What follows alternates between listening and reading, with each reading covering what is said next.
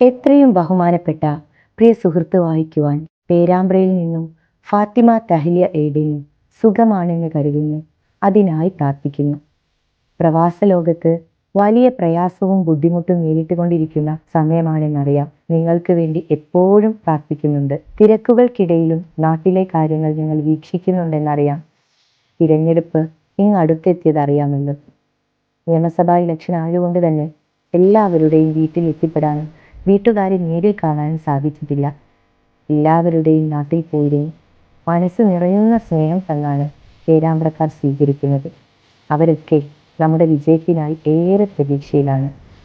നിങ്ങൾ നാട്ടിലുണ്ടായിരുന്ന തിരഞ്ഞെടുപ്പ് ഓർമ്മകളിലാണ് എല്ലാവരും. തിരഞ്ഞെടുപ്പ് ആവേശം ഇടത്തേക്കാൾ അവിടെയാണെന്നറിയാം. പ്രാർത്ഥനയുടെ കൂടെ ഉണ്ടാവണം. വീട്ടുകാരെയും സുഹൃത്തുക്കളെയും പ്രത്യേകം വിളിച്ച് വോട്ട് ചെയ്യാൻ ആവശ്യപ്പെടണം.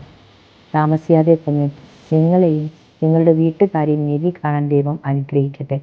പ്രവാസ ലോകത്തെ എല്ലാ പ്രയാസങ്ങളും എത്രയും പെട്ടെന്ന് പരിഹരിക്കപ്പെടട്ടെ. പ്രാർത്ഥനയോടെ പ്രിയത്തിൽ ഫാത്തിമ തഹ്ലിയ.